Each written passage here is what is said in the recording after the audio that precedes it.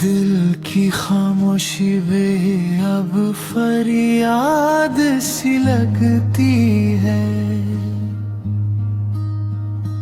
तन्हाई हर लम्हा एक याद सी लगती है।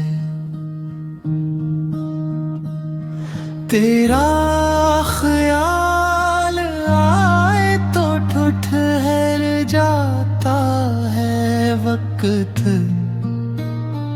हर सांस फिर मुझे तेरी बात सी लगती है।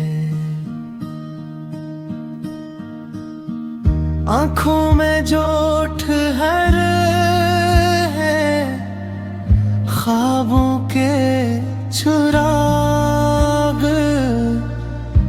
वो रोशनी भी तेरी सौगात सी लगती है। हमने सीखा है सरारा, खुद ही बन जाना। हर ठोकर अब हमें एक बात सी लगती है।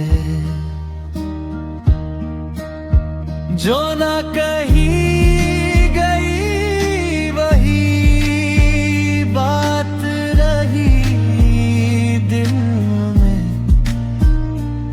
खामोशी एक सर पूरी बात सी लगती है।